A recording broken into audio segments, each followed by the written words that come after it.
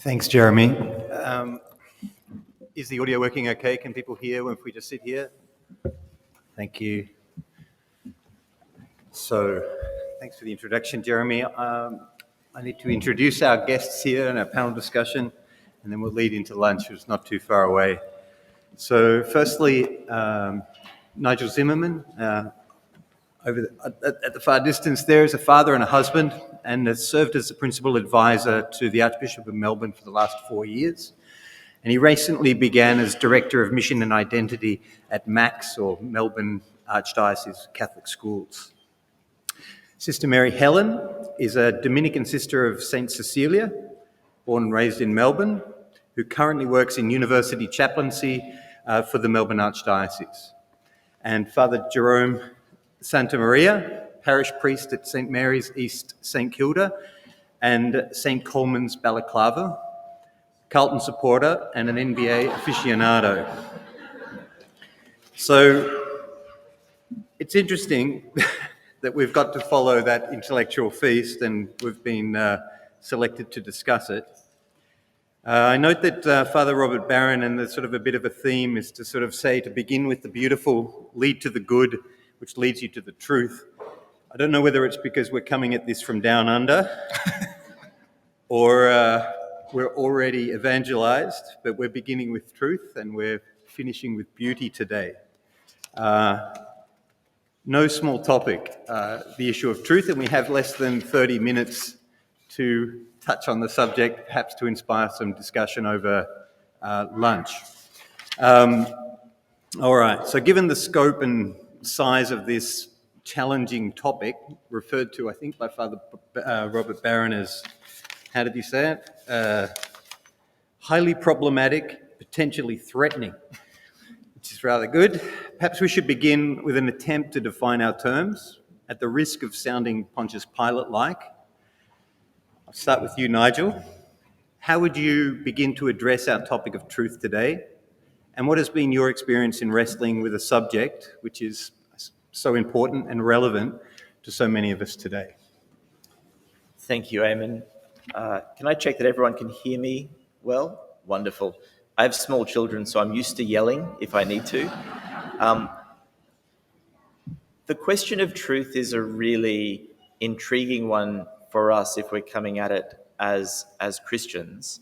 But I think what I've learned from Ratzinger and in all of his teaching as Pope Benedict is something really important, and that is that you never own the truth. And even if you feel that you're grasping at it, what happens over time is as you're moving towards it, the truth takes hold of you. And I say that as someone who came from a Baptist background, had some time in the Anglican context. I had about 5 minutes as a nihilist who believed nothing. It didn't last long, but ultimately found my way into the Catholic Church.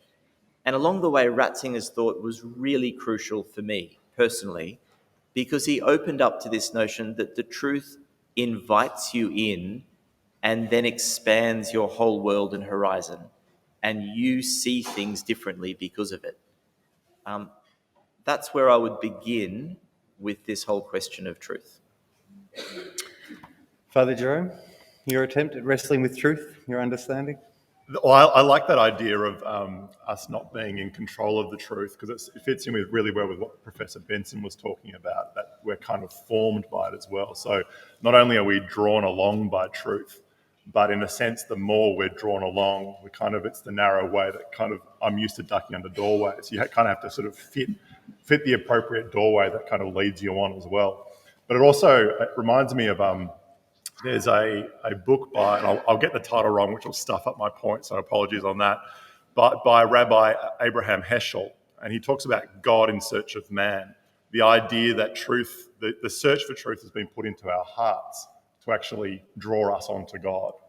That idea that we're being attracted because God wants us. And I always love that idea of the sort of kind of magnet that's been placed in our hearts that kind of is always God's love for us, first and foremost. Sister Mary Helen, any opening remarks? I remember reading actually when Pope Benedict passed, and some of his students were commenting. His opening lectures often were addressing this point of truth, and it would be, truth is a person who's Christ, and so that the truth is someone that we love, and that attraction to Him. And then there's this co-naturality with it that expands our capacity to see and judge correctly. So I always like that personal aspect. Discussing truth in the way that we have today and now, and hearing from Ian and also Tracy and Father Bishop, Robert Barron, there's a sort of a comfortableness in discussing it to some extent, although we are aware of the sort of, the problematic nature, as Bishop Barron said. Outside of this room, it seems truth is a lot more challenging. There seems to be a wariness even to sort of maybe put truth at the back, although Father Dean did put this up front, to sort of hide it a little bit towards the back. What's your understanding, Father Jerome, of how we got to this point that truth is so difficult, at least for many, or such a challenge to even address or to discuss? We've heard a little bit about Ian's understanding of that. What's your understanding of how do we end up in this time where truth is sometimes considered perhaps a little hostile, I suppose, to people? Pope Benedict has some really interesting comments on this in relation to going way back to the medievals. But really what he's talking about is a lot of it comes from bad theology, which is this idea that God's freedom and our freedom are somehow in conflict. That in order for God to be God, that means we can't be human, or in order for us to be human, that means God can't be God. So you sort of end up with this idea of God and humanity kind of on the same level, but in competition for the same slice of the pie. So I think this lies behind that idea that we sort of heard mentioned in a couple of the talks about my truth. And again, I think it also comes out of this idea that we've reduced our understanding of life to kind of a material aspect. So then everything partakes of the material, and therefore everything is kind of finite. And if truth becomes finite, then my truth is kind of in a battle with your truth. And however we want to structure it, we end up in a fight. So instead of truth being the person who loves us on the cross, it becomes the violence that we see done to the person on the cross, but we can't sort of see beyond that. So this idea, I think, of truth in opposition to each other, kind of an adversarial one, but an adversarial one that doesn't have a background in love, where it's kind of like adversaries, but in a common pursuit of truth, a common love of the truth. This is kind of more of a fight to the death type thing. I think that's kind of part of the basis to it. Yeah, thank you. So that idea of truth being, in a sense, potentially harmful or even counterproductive to evangelization, the relationship between truth and love, or being compassionate with the truth. Sister Mary, how do you approach perhaps the people that you meet in your university circumstances, who probably a fairly hostile environment to this subject, potentially? How do you begin to address that issue of raising the concept of objective truth? Yes, well, there's several of the students here that we work with at the university. I don't know if you're aware, there's a John Paul II house, which the Archdiocese has invested in, providing a space for university students, sort of a little bit of a refuge. So between classes, you can come and really be able to have a conversation that you can't actually have on campus. Like, you can't actually wrestle with something, and what you point to perhaps that there is an objective truth. So those conversations are really stilted, which makes the education project difficult in a normal, regular tutorial in the university. But in the JP2 house space, we can have those conversations. And I think it's really an experience of freedom that people have, that I can wrestle with this, and I can wrestle with the idea doesn't mean I'm wrestling with you. And how to start to have those conversations. So even just that that attempt to have to grasp together toward something that's going to unify us in what is objectively true is a great experience of freedom there, I think. So you're saying that, in fact, at the moment, you need to have the spaces created even simply to discuss this issue amongst Catholics or amongst people pursuing the truth before even engaging or even thinking about engaging the wider culture. I think it's helpful. Yeah, I don't know. Yeah. Nigel, has your experience been in engaging this type of, perhaps with people outside of the Catholic Church, or is it a matter of focusing more on our own education, our own institutions, our own people, before even really considering the culture outside? That's a great question, because it goes to the question of vocation and calling for each of us. How are we meant to approach questions of truth? How are we meant to share truth? If truth has taken hold of me, I can't keep that to myself. There has to be a way that I share that with others. When I was very young, there was still a notion of there being people who are right and people who are wrong. So the argument generally on any issue at all would be who's right and who's wrong. By the time that I was at university, and I think progressively more ever since then, and now for especially our younger people and adolescents, it's no longer about who's right and wrong. Truth is so put aside, it's now about who is good and who's bad. So if you hold a particular view or opinion, no matter how sincerely held, you're either a goodie or a baddie, right? It's just going straight back to spaghetti westerns, where you got the white hats and the black hats, and you can work out who the goodies and baddies are. Now that is terrible, and it's a terrible circumstance for our young people, but it makes me think that the spaces that we open up by the church have to become spaces in which truth can be encountered freely. So I think of John Paul House that Sister Mary Helen has just referred to. I think about even contexts of parish or Catholic school life, which is where a lot of my work is now focused on. These have to be places where the truth is encountered freely in a way that is different to what everyone is experiencing in their homes, with their friends and colleagues, with fellow students, in their families, but especially on social media. It sounds to me, one of the phrases that comes back, I think Ian Benson touched on it, is that truth has now regressed to now again being the opinion of the powerful. So that it's subjective, but it's the powerful that dictate now who the good is and who the bad is through various means. I experienced that he mentioned about medical profession, law profession, the consensus statements, the authority, the appeal to authority. That is what defines truth. It doesn't matter whether it's objectively so, it's that subjective element that seems to predominate. And that understanding that from a Catholic perspective or subsidiarity, that we should be sort of against the powerful or the most resourced, because that, in a sense, is who now dominates the concepts of what goodness is, truth and beauty. And perhaps it shouldn't be that way. So in the context of setting up institutions, organizations, conferences and things, safe spaces, so to speak, for Catholics to discuss truth, that's probably the first step forward, I suppose. That's what your understanding, that's your experience, Sister Mary? I think that's true. I think I've just seen the community grow.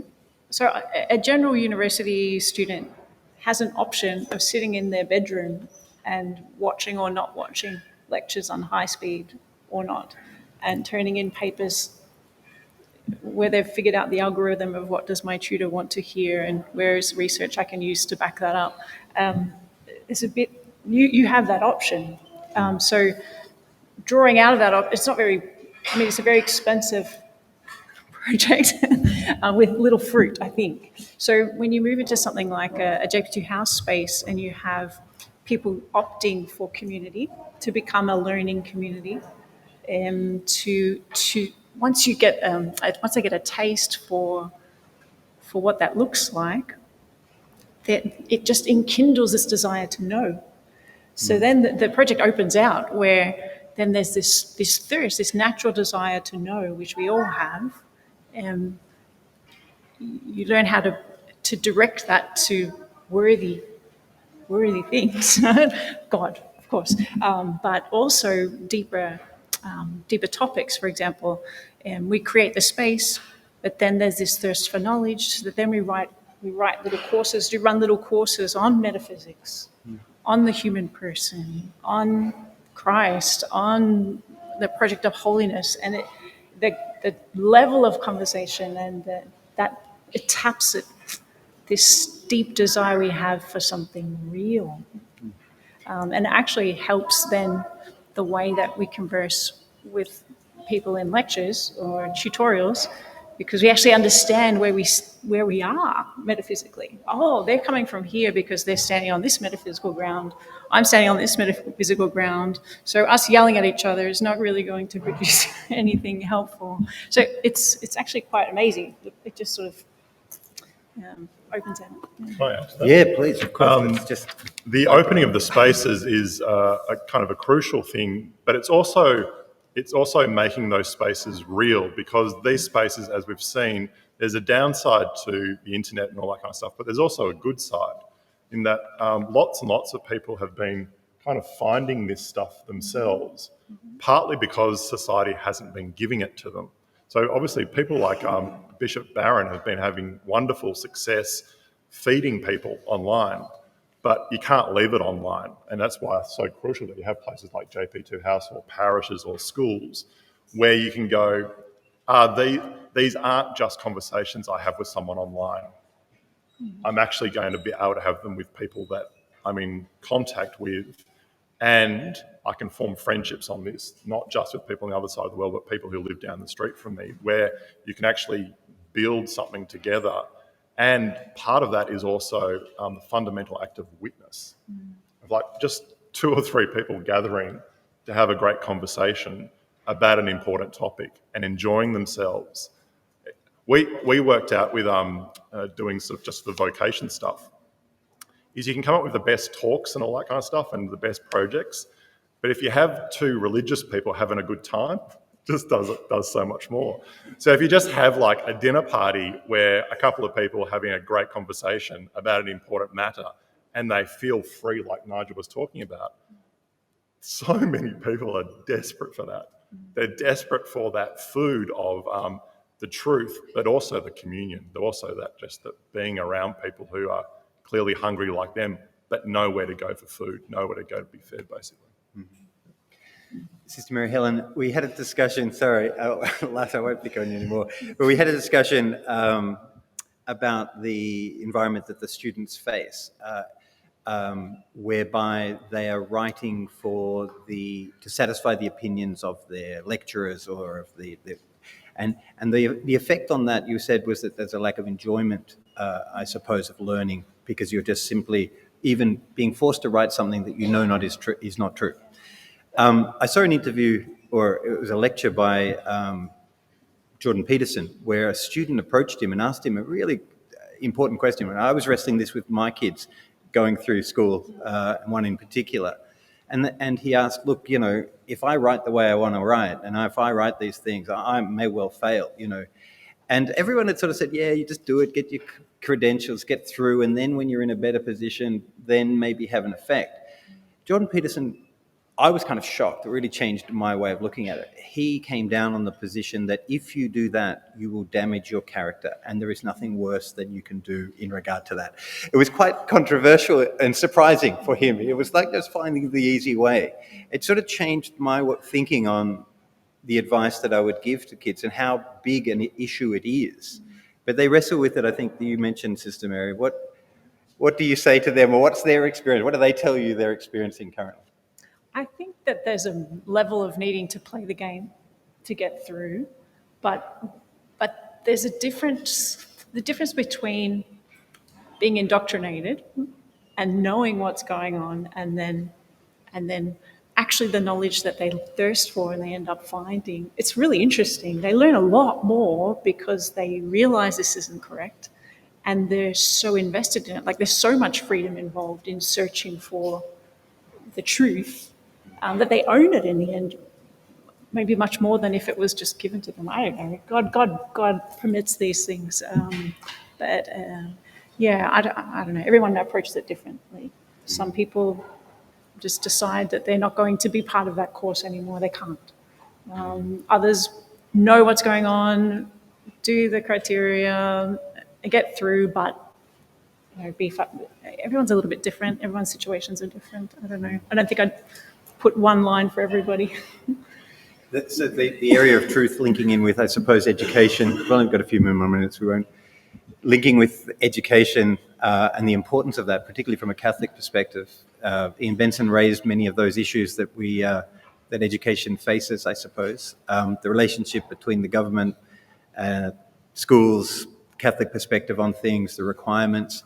Have you found that? What's your experience been? Your recent involvement with the Catholic school education system in regard to those sort of deeper subjects? Is it something that's been addressed? Is a concern? Is it something that, how do they wrestle with these issues? Yeah, thank you. And this is a question that everybody has a perspective on, because when it comes to education and schooling, everybody who has a child is deeply invested in that. Everybody who has a nephew or a niece or a brother or a sister is deeply invested. And so it shouldn't be surprising to us, not just that people feel strongly, but that for the entire course of the church's life, we have been there, deeply involved in questions of how to learn well, how to school well, how to pass on and teach well.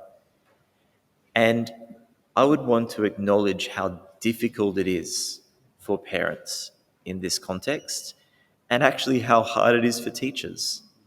Anyone involved in teaching of any kind knows that we are in a really difficult moment culturally for everybody. Having said all of that, from a Catholic perspective, and Joseph Ratzinger was absolutely brilliant and prophetic at explaining this, the truth is simple. It's not complex in the way that a car or a smartphone is complex with many features that have to work together in a particular way for the operation to work. There is a harmony and a simplicity in truth. So when everybody else is getting loud and the volume goes up, the Catholic approach is actually to speak more softly. When everybody else is complicating the matter, the Catholic approach actually wants to get to the simplicity of truth. And I think that matters for schooling in the classroom as well. It's hard, it's complicated, people are finding it really challenging, and picking up on that language of values, that's right there in the mix. But truth and the sharing of truth comes about in simple things: truth, goodness, beauty. And Ratzinger is a great source for us in these things. Perhaps we'll finish by, I was just read a quote, just to sort of point out, I mean, it goes back a long time. We're not really facing anything new, although the energy's probably picked up a little bit. So I just came across a quote by Johann Wolfgang Goethe, the German poet in the 1700s. He says, "The main thing is to have a soul that loves the truth and harbours it where he finds it. And another thing, truth requires constant repetition, because error is being preached about us all the time, and not only by isolated individuals, but by the masses, in the newspapers and encyclopedias, in schools and universities. Everywhere error rides high and basks in the consciousness of having the majority on its side." So it doesn't sound like we're facing anything particularly new, but perhaps just to finish in the last few minutes, what are some of the obstacles that we need to be aware of, to address, that perhaps impinge on our access to the truth, our ability to share it? We've sort of touched on them in some ways. And what are some of the practical advice of overcoming those things, and a positive thing to take away about how we could sort of, deepen our relationship with the truth and the understanding of this concept sits in our current age. So just open it up, and whatever you want to share, we've got about 5 minutes or so left. Yeah, my parish is St Mary, so I'm going to go to Our Lady straight away. She, in the Magnificat, she says, I'm the handmaid of the Lord, all generations will call me blessed. So you've got this radical humility with this radical boldness. And I think that is a pretty good approach to truth. Humility without being the fact that I don't know anything, and boldness that we can actually learn something. And then when we learn it, we want to share it. So I think if we just, get that sort of character perspective from Our Lady of deep humility in the face of God, and then boldness in proclaiming the truth once we've received it from God, I think that's a pretty good balance to take. I was reflecting a little bit. Eamonn was talking about virtues. So study is a virtue, studiousness, but it requires us to put our attention somewhere, keenly direct our attention somewhere. And so that's difficult. What holds our attention for very long? You can't show a video in a class for more than 20 seconds. They're up, they're gone, right? So we need training in directing our attention somewhere, and